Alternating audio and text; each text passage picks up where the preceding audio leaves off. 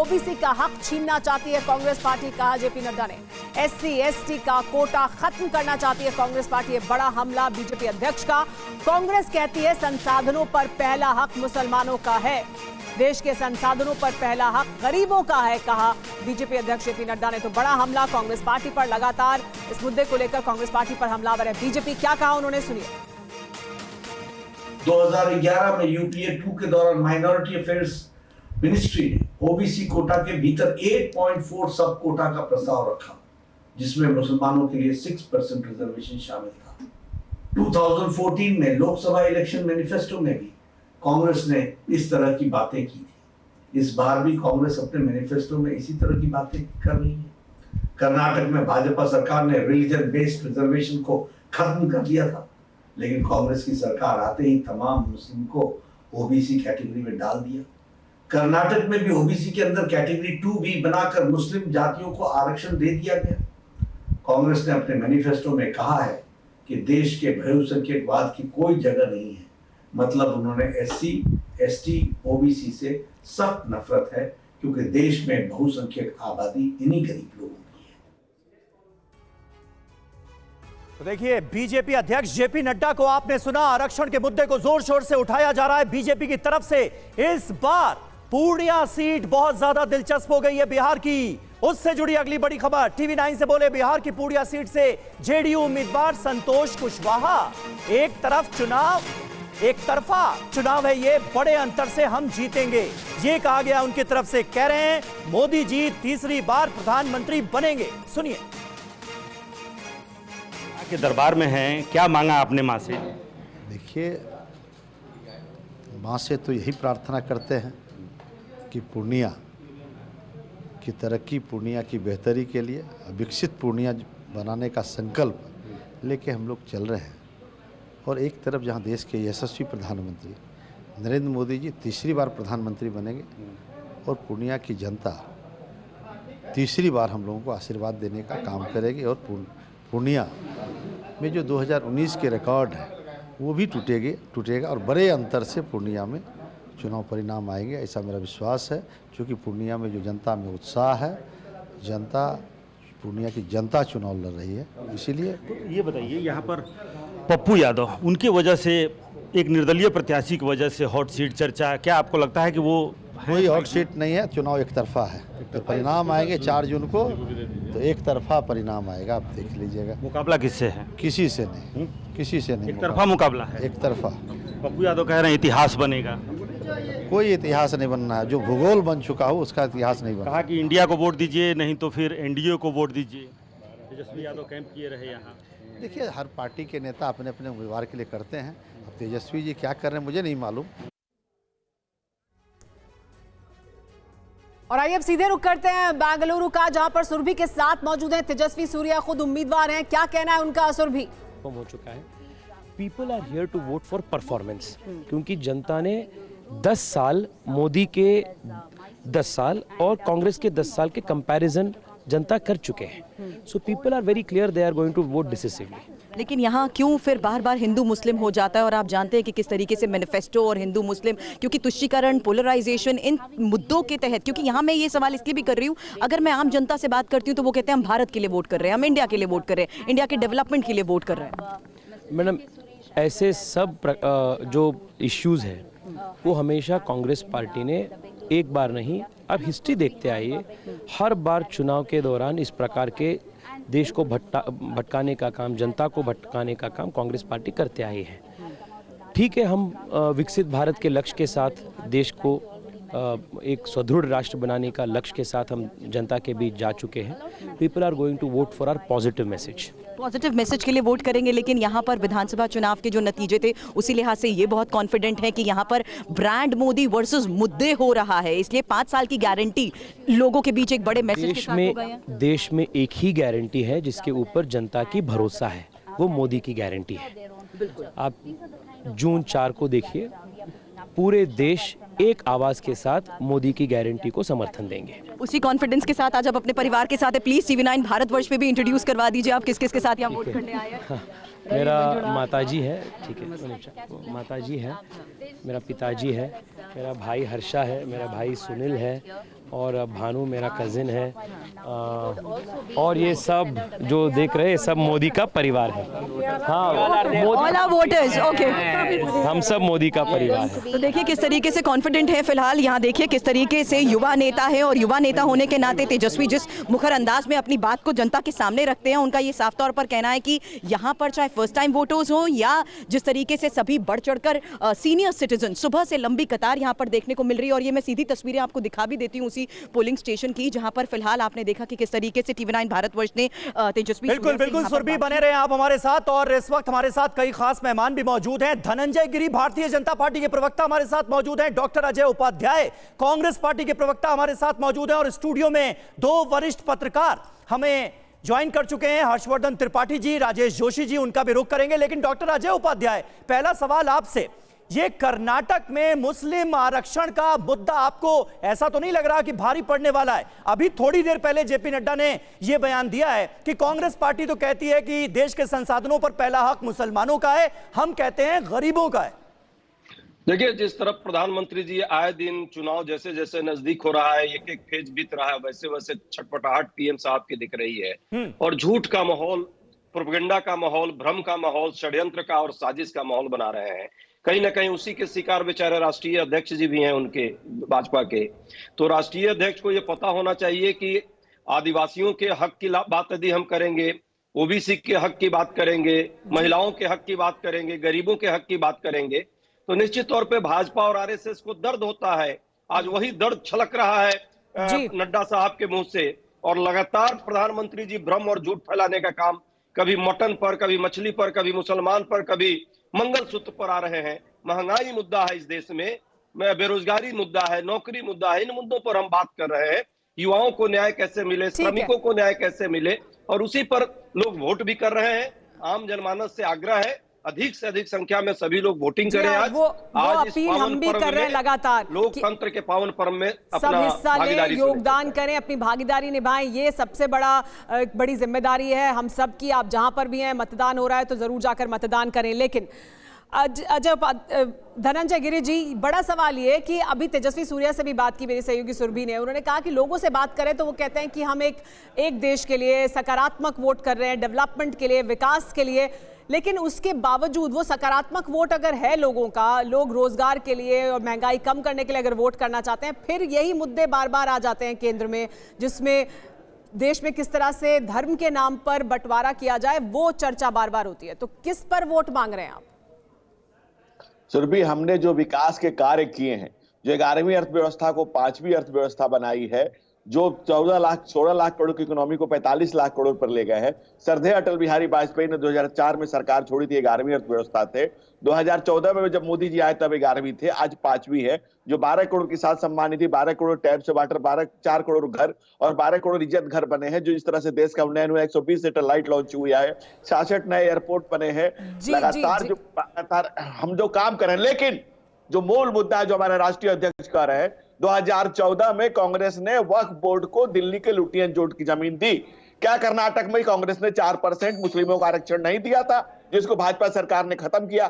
क्या सिद्धारमैया सरकार ने वहां सेक्शन 2B लगा करके मुस्लिमों को, सारे मुस्लिम जातियों को, चाहे अगड़ा मुसलमान हो, पिछड़ा हो, धोबी हो, गज्जा हो, गद्दी हो, चाहे सैयद हो, शेख हो, पठान हो, सबको सेक्शन 2B में डाल करके आरक्षण दे?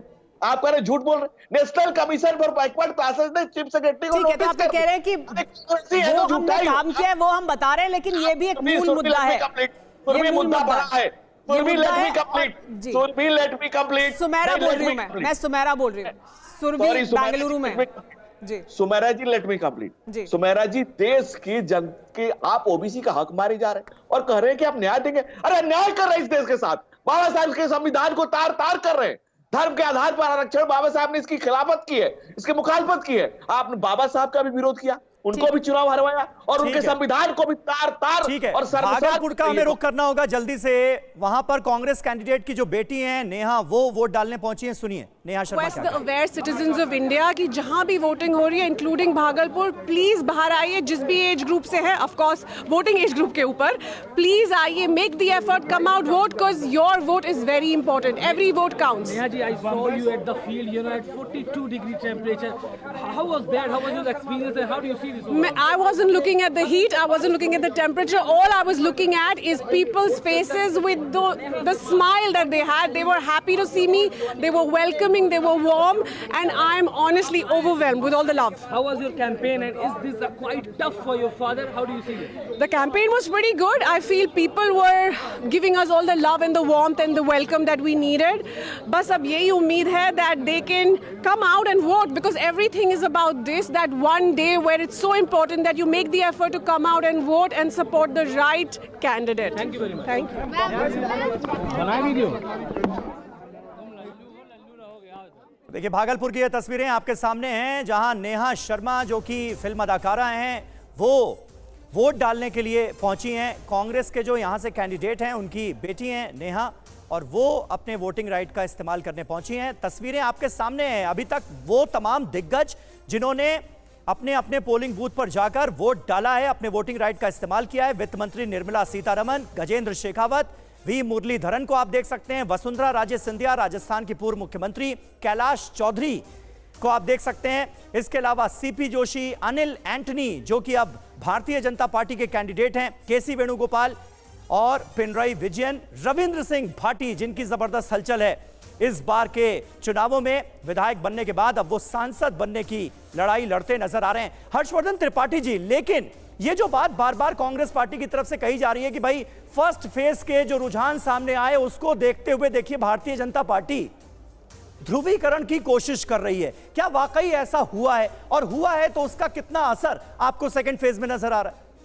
देखिए समझ जी, इसमें तो कोई संदेह नहीं है कि ध्रुवीकरण की कोशिश भारतीय जनता पार्टी भी कर रही है और कांग्रेस भी कर रही है। ये कोई छिपी हुई बात नहीं है कि कांग्रेस पार्टी कर्नाटक के चुनाव में बजरंग दल पर प्रतिबंध लगाने की बात तब करती है जब पीएफआई पर प्रतिबंध लगा होता है। क्या वो हिंदू मुसलमान नहीं था? क्या इस देश में सारी नीतियां हिंदू मुसलमान के आधार पर नहीं बनती? क्या संविधान सभा ने जब साफ साफ कहा था कि धर्म के आधार पर कोई आरक्षण नहीं होगा, क्या कांग्रेस ने उसको पूरी तरह से उलट नहीं दिया? अलग अलग राज्यों में कांग्रेस ने मुसलमानों को जो ओबीसी कोटा था उसमें से आरक्षण देने की कोशिश नहीं की। सवाल यहां यह है कि क्या 75 साल बाद भी हिंदू मुसलमान पर चुनाव होना चाहिए? कतई नहीं होना चाहिए, दुर्भाग्यपूर्ण है। लेकिन अगर आप लगातार इस तरह की राजनीति करेंगे, अपने मैनिफेस्टो में लिखेंगे कि हम बहुसंख्यकवाद के खिलाफ लड़ रहे हैं, उसको खत्म करने की कोशिश करेंगे, अगर आपके नेता ये कहेंगे कि हम तो संपत्ति का बंटवारा करेंगे, अगर आप ये कहेंगे कि हम एक्सरे कराकर सर्वे कराएंगे, किस वर्ग के हाथ में कितना धन है, जब इस तरह की आप बात करेंगे तो निश्चित तौर पर उसका जवाब भी मिलेगा। और नहीं होना चाहिए, प्रधानमंत्री नरेंद्र मोदी ने जो बयान दिया था वो भी नहीं आना चाहिए। लेकिन हिंदू मुसलमान की राजनीति हो रही है, अब उसमें जनता कितना वोट देगी ये जनता को तय करना है। अब सीधे पूर्णिया का रुख कर लेते हैं। रुपेश, टीवी9 भारतवर्ष संवाददाता बात करें पप्पू यादव से, जिन्होंने हम भी उसका कद्र करते हैं, लेकिन देखिए किस तरीके से अपना आई कार्ड और तमाम चीज़ें, पर्ची भी दिया है, वो सब कुछ दिखला रहे हैं और ये दावा कि इतिहास बनेगा। हालांकि पहली बार पूर्णिया में ये देखा गया कि सत्ता पक्ष और विपक्ष दोनों एकजुट होने की नौबत आ गई, और वो किसकी वजह से? पप्पू यादव की वजह से। और वो पप्पू यादव यहाँ पर पूर्णिया में, जहाँ के वो निर्दलीय प्रत्याशी हैं, वहाँ पर पहुँचे हैं अपना वोट डालने के लिए, और ये जो लिस्ट है उसमें हस्ताक्षर भी कर रहे हैं, अब वोट डालेंगे। लेकिन इस वजह से हम यहाँ इनके साथ हैं क्योंकि पूरे देश में निर्दलीय प्रत्याशी के रूप में ना सिर्फ इनकी चर्चा बल्कि पूर्णिया की चर्चा, पूर्णिया हॉट सीट बना हुआ है, और इसी हॉट सीट पर टीवी9 भारतवर्ष की टीम मौजूद है। पप्पू यादव वोट कर रहे हैं। इसके पहले हमने देखा जो एनडीए के प्रत्याशी संतोष कुशवाहा, उन्होंने माता के मंदिर में गुहार लगाई, वहाँ पर पूजा अर्चना की। इन्हीं से सारा चीज इनका होगा, वोट तक इन्हीं से गिरेगा, ये कार से वोट तक पूरा गिरेगा। तो देखिए यहाँ पर कुछ जो कागजी प्रक्रिया है वो पूरी की जा रही है, कुछ सामान्य सा अड़चन कि कौन सा आइडेंटिटी कार्ड इनके पास है, किस तरह से पर्चे का मिलान किया जा रहा है, वो एक सामान्य सी प्रक्रिया, वो प्रक्रिया चल रही है। लेकिन इस वक्त अगर आप देखें पूर्णिया की अगर हम चर्चा करें तो पूर्णिया पर तमाम जो बड़े नेता हैं, चाहे वो प्रधानमंत्री नरेंद्र मोदी हों या फिर तेजस्वी यादव यहाँ पर कैंप किए रहे और नीतीश कुमार भी इस इलाके में कैंप किए रहे, लेकिन कांग्रेस का कोई बड़ा नेता पप्पू यादव के खिलाफ चुनाव प्रचार करने या फिर अपने प्रत्याशी महागठबंधन के प्रत्याशी बीमा भारती के समर्थन में चुनाव प्रचार करने कांग्रेस का कोई भी उम्मीदवार यहाँ पर नहीं पहुँचा।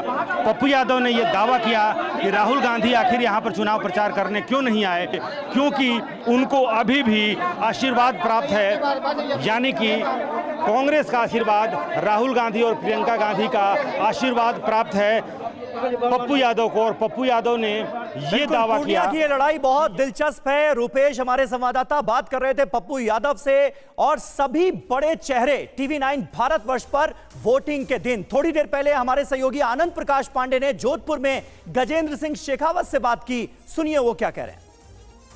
केंद्रीय मंत्री और जोधपुर से बीजेपी उम्मीदवार गजेंद्र सिंह शेखावत हमारे साथ हैं। सर, बड़ी मेहनत की आपने, 5 साल मेहनत की, चुनाव प्रचार में मेहनत की, आज वो एक तरह से उस मेहनत का जो एग्जाम का दिन है, कैसा लग रहा, कितनी उम्मीदें हैं? देखिए, व्यक्ति जब मेहनत करता है, अपने नेतृत्व पर विश्वास होता है, अपनी नीति पर विश्वास होता है, और आपका नेता दुनिया का सबसे लोकप्रिय नेता होता है, और आपका देश दुनिया का सबसे तेज़ी से विकसित होने की दिशा में बढ़ता हुआ देश होता है। पूरा विश्व जब इस बात पर विश्वास कर रहा होता है कि आपका देश दुनिया में महाशक्ति बनने की दिशा में तेज़ गति से बढ़ने वाला देश है, जब पूरी दुनिया इस भरोसे के साथ में देखती है, तब मेरे जैसे भारतीय जनता पार्टी के कार्यकर्ता का उत्साह कई गुना बढ़ जाता है, और हम विश्वास के साथ चुनाव के मैदान में उतरते हैं और विजयी भी होते हैं। पिछली बार आपके खिलाफ मौजूदा सीएम के बेटे थे, इस बार उस कांग्रेस पार्टी से करण सिंह है, तो पिछली बार चुनौती ज़्यादा बड़ी देखते हैं या इस बार आपको लग रहा है? निश्चित रूप से पिछली बार हम सरकार में नहीं थे। 3 महीने पहले हुए चुनाव में हमारे 8 में से 6 विधायक हार गए थे। 1.5 लाख वोटों का अंतर था भारतीय जनता पार्टी और कांग्रेस के बीच में। सरकार के तंत्र का सारा दुरुपयोग किया जा रहा था। कांग्रेस पार्टी की पूरी लीडरशिप यहाँ थी। उसके कंपैरिजन में इस बार सारी अनुकूलताएं हैं। 8 में से 7 विधायक हमारे हैं। हम 1.5 लाख वोटों के अंतर से कांग्रेस से के कंपैरिजन में जीते हैं। डबल इंजन की सरकार बनी है, और लोगों की अपेक्षा है कि डबल इंजन की सरकार होने के नाते राजस्थान में विकास होगा और राजस्थान देश का अग्रणी प्रदेश बनेगा। इसलिए मुझे लगता है तमाम अनुकूलताएं हैं, और इन अनुकूलताओं के चलते हुए मैं और अधिक बड़े अंतर के साथ में चुनाव में विजयी होंगे। और अब आपको सीधे महाराष्ट्र लिए चलेंगे। 8 सीटों पर मतदान हो रहा है। अमरावती में नवनीत राणा उम्मीदवार हैं और वहीं पर मौजूद है TV9 भारतवर्ष संवाददाता राजीव, अमरावती में आप क्या देख रहे हैं, उत्साह लोगों के बीच मतदान करने के लिए?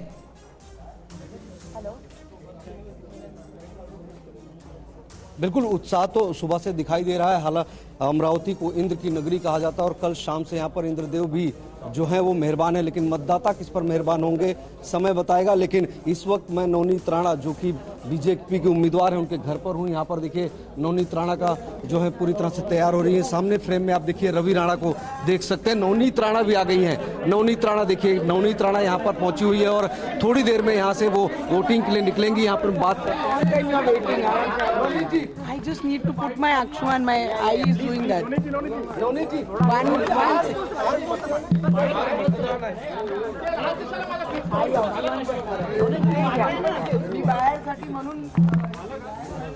फिलहाल देखिए तस्वीरों में नवनीत राणा घर से बाहर निकली, पूजा पाठ करेंगी और उसके बाद अब थोड़ी देर के बाद जो है वो यहाँ पर वोटिंग के लिए जाएंगी, मतदान के लिए जाएंगी। फिलहाल यहाँ पर जो है एक बहुत बड़ी लड़ाई है, क्योंकि पहली बार ऐसा है कि सीट पर बीजेपी सीधे तौर पर अपना उम्मीदवार उतारी है। आजाद भारत के इतिहास में पहली बार ऐसा हुआ है कि बीजेपी ने अपना उम्मीदवार उतारा है। इसके पहले 52 सालों तक जो है लंबे समय तक कांग्रेस का गढ़ रहा और पिछले 25 साल से अविभाजित शिवसेना का गढ़ रहा है। लेकिन 2014 में जब नवनीत राणा हारी, उसके बाद 2019 में जीती, लेकिन 2024 आते आते वो निर्दलीय चुकी। जी राजीव, इस बार बीजेपी में शामिल हो गई है।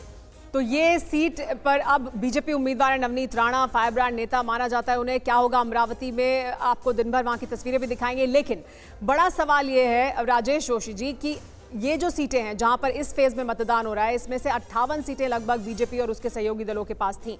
कहां पर इनरोड्स बनाने की और कोशिश करेंगे, कहां उन्हें चुनौती हो सकती है। इसमें महाराष्ट्र को भी एक राज्य माना जा रहा है कि यहां पर समीकरण पूरी तरह से बदल गए हैं।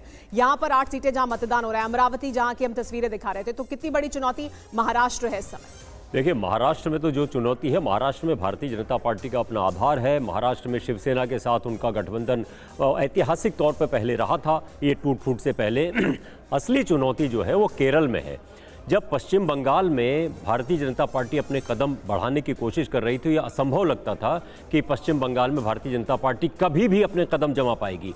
इस समय केरल में भी असंभव लग रहा है कि भारतीय जनता पार्टी किसी भी तरह से अपने कदम वहां जमा पाएगी। लेकिन अगर उसका वोट परसेंटेज वहां थोड़ा सा भी बढ़ा, एक सीट नहीं भी आई, थोड़ा सा भी वोट परसेंटेज बढ़ा, तो आगे आने वाले 10 सालों में और केरल उसका निशाने पर रहेगा। जैसे त्रिपुरा और पश्चिम बंगाल, उसने जो वामपंथ का एक किला था उसको ढहाया या अपनी घुसपैठ बनाई, वैसे केरल सबसे बड़ी। राजेश जी, ये बात हम आपके जरिए आगे बढ़ाएंगे, लेकिन देखिए इस बीच एक अहम डेटा आ गया हमारे पास। यूपी में सुबह 9 बजे तक 11.67% वोटिंग हुई है। बिहार का आंकड़ा सुबह 9 बजे तक 9.65% वोटिंग हुई है बिहार में, जिन सीटों पर अभी मतदान चल रहा है। पश्चिम बंगाल का आंकड़ा सुबह 9 बजे तक 15.68% वोटिंग हुई है। पश्चिम बंगाल का मतदाता थोड़ा उत्साहित नजर आ रहा है। मध्य प्रदेश सुबह 9 बजे तक 13.82% वोटिंग हुई है। वहीं महाराष्ट्र में सुबह 9 बजे तक का जो आंकड़ा सामने आया है वोटिंग का, वो है 7.45%, 7.5% के करीब। वहीं राजस्थान में सुबह 9 बजे तक 11.77% मतदान हुआ है। केरल का भी जिक्र हुआ, वहां पर 11.90% मतदान अभी तक हुआ है। तो टीवी 9 भारतवर्ष आपसे ये अपील कर रहा है कि ज्यादा से ज्यादा संख्या में वोट के लिए निकलें, वोट जरूर दें। अगर आपके इलाके में भी वोटिंग है